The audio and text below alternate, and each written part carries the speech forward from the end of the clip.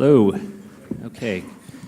So we're getting close to the end of the day, so I appreciate the fact that you're all still here and wide awake. We've got a great panel, and we're going to try to give you our best guidance and thoughts on what's to come over the coming months and years. So I'll just say a quick few additional words about myself, then I'll let the panelists introduce themselves, and then we'll get into the topics. So in addition to my work in academia, I am also pleased to give you a heads up on a new private research initiative that I'm helping to spearhead called Mosaic.io. It's not quite live yet, but please be on the lookout in the coming days for more information about Mosaic. Basically, we see a tremendous opportunity to provide greater research coverage of the crypto asset space, the industry as a whole, key thematic questions around this space. So please keep your eyes open for more information about Mosaic.io soon. Obi, do you want to go next? Thank you. Thank you, Garrick. So my name is Obi Nwosu. I am the CEO and co-founder of Coinfloor. We're the UK's longest running and most liquid cryptocurrency exchange. We were founded in 2013 on a platform on trust, reliability, and security. And our key clients are financial institutions and professional retail investors and traders.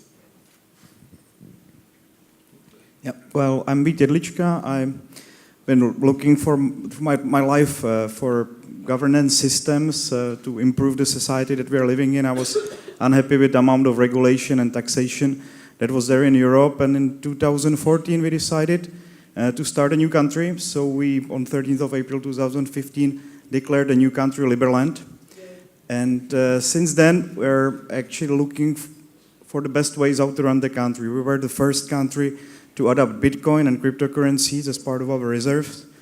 Right now, we've got representative offices in 105 countries. So we've got almost 500,000 people that applied for citizenship.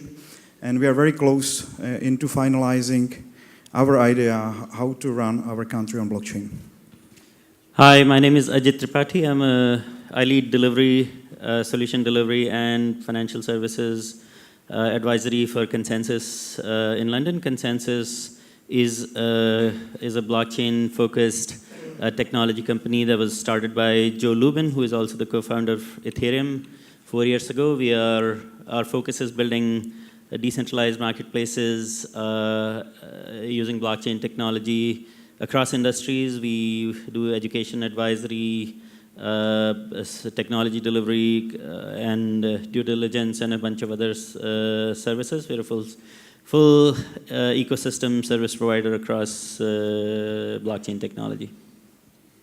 Hi, I'm Alastair Johnson. I'm founder and CEO of Nuggets. Nuggets is a consumer blockchain platform where we have a single biometric tool for accessing login, payment, and customer verification without sharing or storing your data, using the potential of zero-knowledge storage in the blockchain. And at the same time, we're resolving businesses' biggest problem, which is personal data storage. Great, thanks everyone. So we don't have a ton of time, but we wanted to try to at least touch on 3 topics. One that we're going to try to steer clear of, though, is regulation. We think that's probably been beat to death already. If it comes up, so be it. But we, of course, want to talk about the markets, and in particular, talk about the role of traditional financial institutions and their participation in the crypto asset space, what that may mean going forward, what it means today.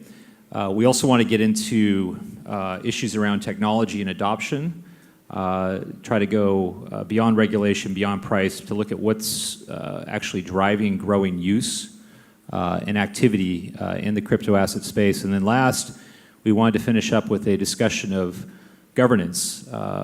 We think there's some interesting new governance models that are coming to maturity the next 12 to 18 months, and it'll be interesting to kind of talk about how that side of this space could play out. So first question to the panel is, big announcements from CME, CBOE, NASDAQ, other major financial institutions. is this a game changer? Is this really a sign that cryptocurrency, crypto assets are here to stay? What more could we expect from institutions in the next 12 months? Obi, you want to? Yeah, I'll start on that.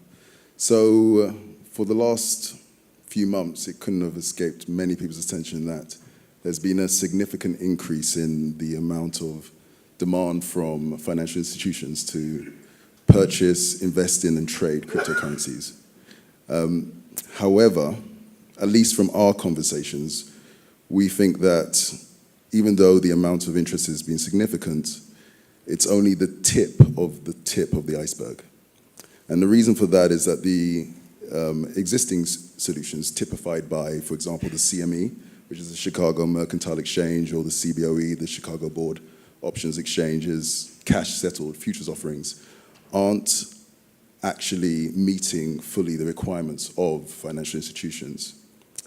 So to that end, I have two predictions with respect to whether it's a game changer or not.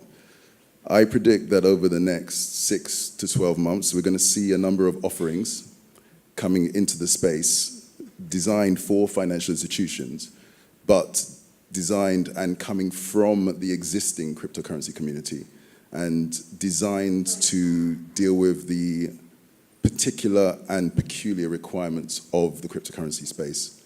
An example of that would be, for example, I expect to see a number of offerings which will provide a physically delivered futures offering. And this is a form of futures where it has a number of properties that allow it to have, it's less susceptible to issues around short-term high levels of volatility that the cash-settled cousins currently have. And the second prediction, as a result of these offerings entering into the market, we're going to see the bulk of institutional capital that's currently sitting on the sidelines enter the market. And when that happens, we're in a very different ballgame. Ajit, did you want to come in on this from the? Yeah, definitely. So a few things on that. I was with a systemically important financial markets intermediary last week.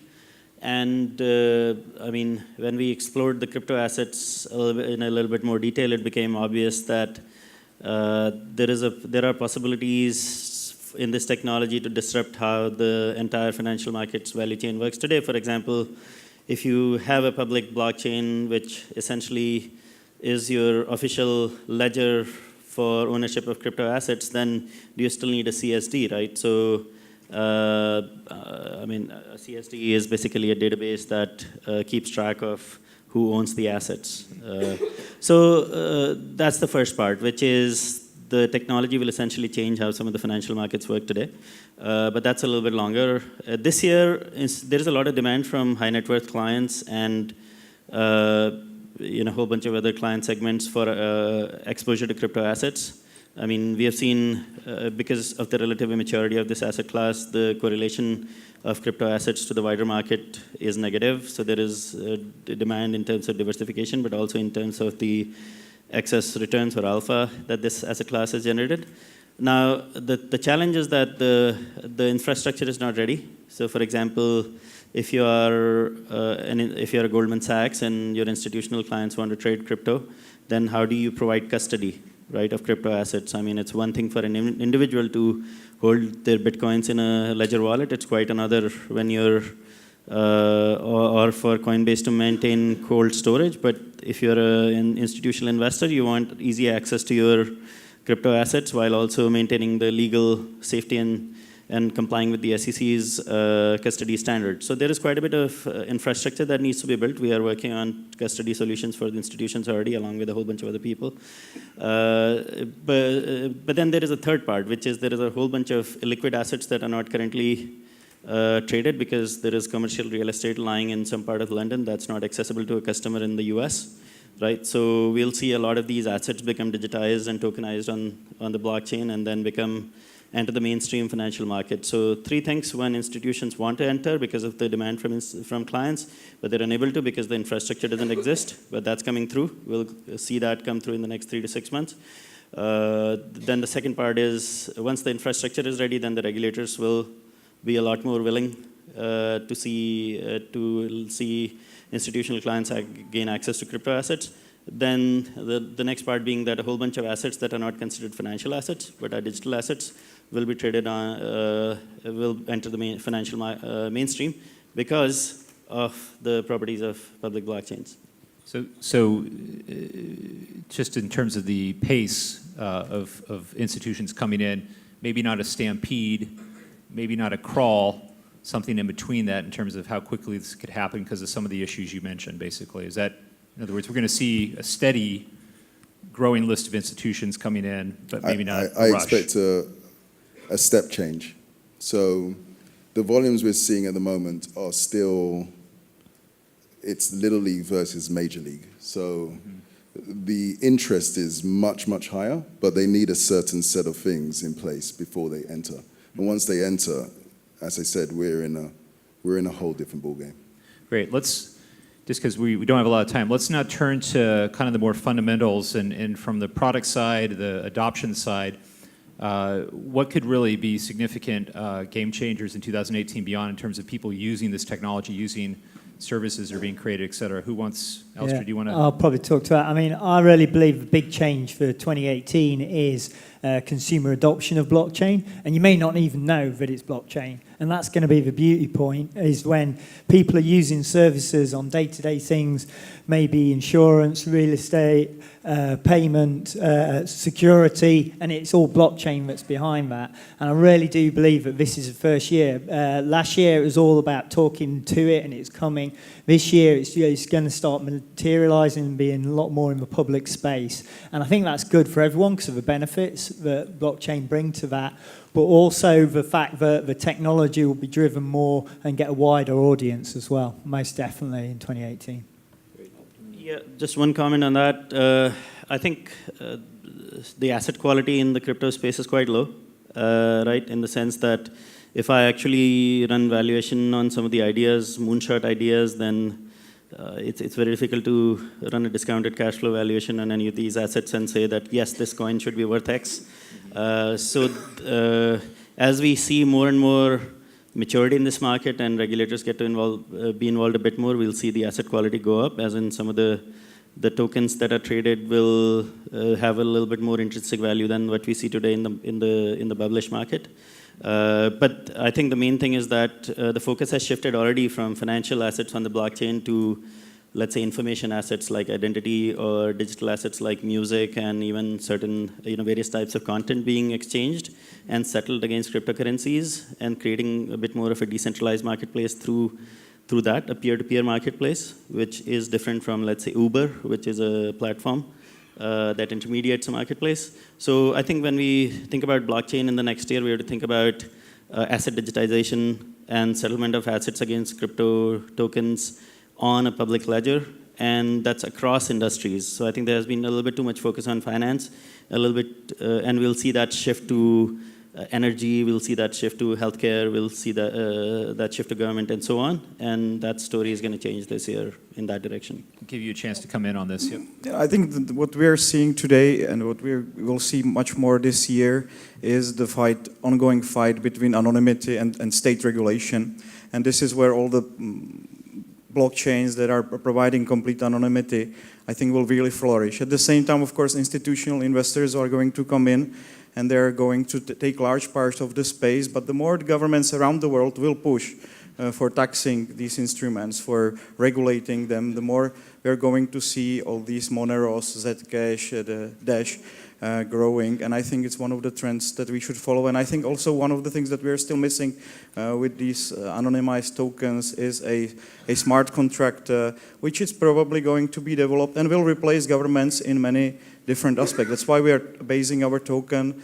We want to have our token anonymous, yet on a layer of smart contracts, which could really replace government on many different places. Great. So we're actually starting to run out of time. So I want to move to our last topic, which Obi suggested actually, which is governance and the fact that there's a lot of interesting innovation going on in terms of governance structures, and some of these alternative governance structures are maturing enough where we could see some questions answered about what are the best approaches here. Obi, you want to kind of lead off this? Okay, no problem. And it'll be interesting to see your view on governance from a jurisdictional point of view as well.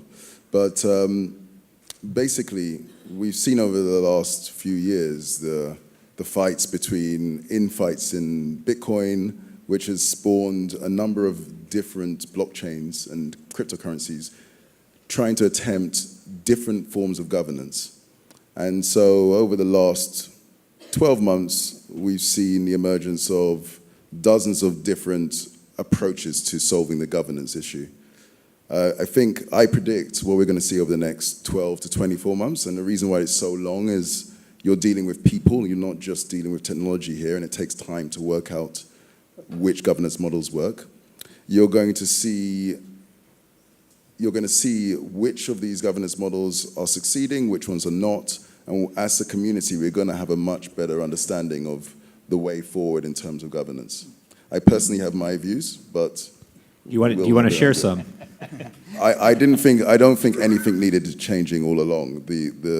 The idea of hard forking and letting the markets decide was the original approach, and we can see with Bitcoin Cash and Bitcoin Gold that it works. We have to remember that cryptocurrency is digital in nature, and unlike governance in the physical world, you have the actual opportunity to have your cake and eat it too. And that's not possible in the physical world, and that's why people are having challenges with this. But anyway, just on that point, it is incredible that we can have a civil war, right? A fight over property that can end peacefully in a split where everyone's made better off rather than exactly. destruction. That's a nice piece of progress here. So, but what does the rest of the panel think about governance? And feel free to be really specific about governance approaches that you think are I'll say something controversial because it seems my fellow panelists don't want to. So I'm very happy with Bitcoin's governance, right? I mean, it was meant to be a decentralized network. It is completely anarchic. It was rooted in crypto anarchy, and it lives true to its values, and it's perfect. Now, Ethereum has different values. Ethereum is about innovation and creating a, as Vitalik said, world computer. So Ethereum has a very successful governance model that works quite differently from Bitcoin, and it allows Ethereum to evolve quite rapidly, whereas Bitcoin governance is built for safety and security, right? Ethereum governance model is built for rapid innovation, and both are very successful in their own rights.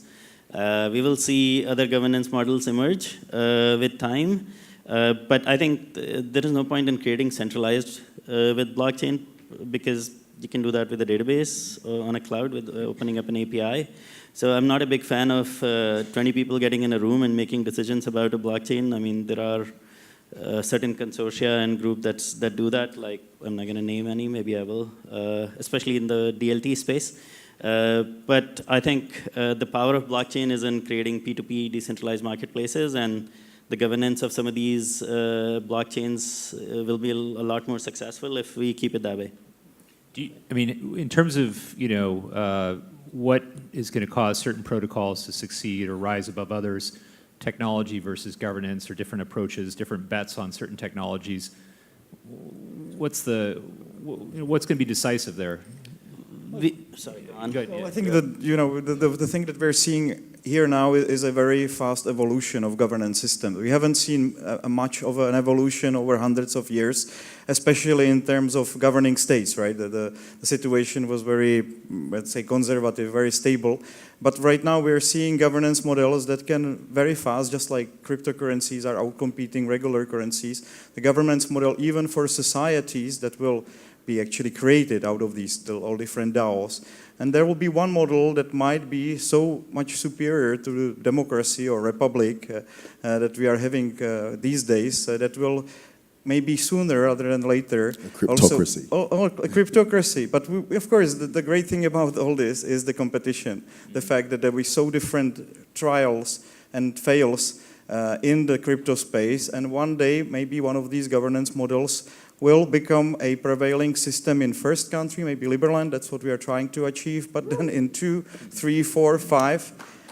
Thank you. Just a quick note on that. I'm a blockchain Darwinist, right? Personally, as in we're looking at rapid evolution, mutation of blockchains. Hard fork is a mutation effectively. And we're doing CryptoKitties was a genetic algorithm experiment. It seems to be very successful. We'll see continuous mutation. We've got to CompuServe era now. We need to get to the AOL era and then the World Wide Web era of blockchains, if I had to draw parallels.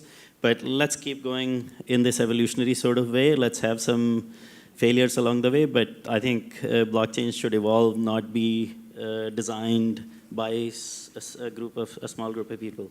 I think we have time for maybe one last word, if anyone wants the... My main point is blockchain's here to stay. So whether you like it or not, it's coming, and it's coming. Get on it and make the most of it, and that's the true potential for us all. And it's great that everyone's here and sees that potential, because that's where it's really going to make a difference. And I guess we're at the start of that dawn, which is very exciting. But yeah, it's here to stay, but how it will evolve, that's what's exciting about it. When we looked at the start of the internet and we saw those first pages of text with a little bits of fiery flames in 96, we never knew you'd be doing your e-commerce and your banking on it. And that's where we are right now with blockchain, and that's what's exciting about it. We can perceive all we want of where it's going to be, but what it's actually going to be is going to be way beyond our belief, and that's actually an exciting potential. Great. All right. Well, thank you very much, panelists. Thank you, audience, and we'll see you at the reception. Thank you.